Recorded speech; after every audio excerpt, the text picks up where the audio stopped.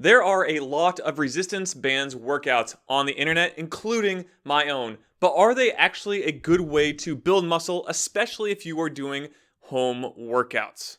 Now, in order to actually build muscle, you are going to need to make sure you hit the following three things. First off, there's muscle tension. Second, metabolic stress. And third, muscle damage. I'm going to quickly cover what each one of those are. Starting with muscle tension, this is simply the amount of resistance or force placed against the muscle over a period of time, also known as time under tension or time under load. There needs to be some type of resistance placed against the muscle to provide the stimulus that the body needs to change and adapt. The stronger that stimulus, the more the body realizes it needs to get stronger over time. Metabolic stress is where your muscles reach a point of fatigue or low energy. By doing this, it creates metabolites in the muscle where you're trying to shuttle more oxygen to that region of the muscle in order for it to continue contracting. However, as you fatigue, you will not be able to lift as much resistance or force over time. So your body needs to now learn to get stronger and adapt in order to make sure it can withstand that force in the future. And lastly, we have muscle damage. Now, if you did the muscle tension and metabolic stress portions of this correctly, you will have created damage in the muscle. This is small micro tears that appear in the muscle that need to recover when you're not doing your workouts. Now, looking at those three pieces of muscle building, can resistance bands provide each one of those pieces in order to build more muscle? And the answer, of course, is yes. While they might not be the most optimal option, resistance bands provide a resistance force against the muscle in order to provide muscle tension, can create metabolic stress, and muscle damage when used appropriately.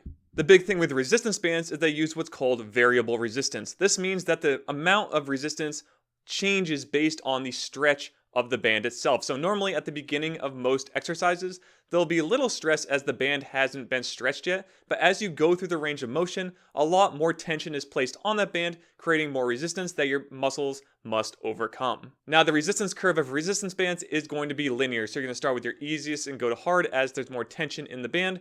So you can debate whether this is the most optimal option because a lot of muscles don't actually follow a linear resistance curve, but when used appropriately, you still can provide enough of a stimulus to develop your muscles bigger and stronger. You might just have to make sure you're doing certain things that I'll get to in a minute in order to get that in your workouts. So here are some personal tips I have for building muscle if you decide to use resistance bands in your workouts. First off, I want you to find out how you can standardize each one of these lifts. Now, there are other channels like James Grage who created Undersun, which are actually the resistance bands I prefer and use, that go over that he likes to change the position of his hands to add and reduce resistance to make sure he's getting enough in each one of those workouts. However, I do not like this approach because it's very hard to track and progressive overload is still needed if you want to keep your workouts in a time efficient manner and get stronger over time. So what I recommend you do is you find something that standardizes the exercise. Whether you always put your feet the same distance apart when you stand on the band, or you do what I do and you buy a bar and standing platform, because what this does is it always makes the stretch of the band the same each and every time you use it, because then you have the band going underneath the platform and the bar has the band connect on each side, so you're not changing where you're holding the band placement, so you're always going to get that same stretch. My next tip when using resistance bands is to try to make it as comfortable as possible. One thing I ran into very quickly when I started using resistance bands is that the bands going across your palms and you holding it, doing something like a biceps curl, is extremely uncomfortable, especially if you're not wearing gloves. Gloves do help mitigate this a bit, but overall, I still like going to a bar setup because I can just hold onto the bar rather than having the tension of the bands go through my palms or holding it in a hammer style position where you're basically having the bands rub against your hands as well. So I don't like holding the bands directly. I personally prefer to use a bar instead. But of course, if you don't care, you can hold onto the bands if that suits you better. My next tip is to never allow the band to fully slacken, even if you need to reduce the range of motion. You want to make sure when you're doing your workout to always have tension throughout the entire lift, especially when using resistance bands. You need time under tension, not reducing it down to where you have no tension on the band. So you want to slow down the reps, make sure you're staying within a range of motion where there's still tension on the band, and then focus on really contracting through and doing each one of the exercises in good form. I also recommend with bands that you try and get to failure in each one, and I'll get into in a minute what I would like to do once you reach that failure point.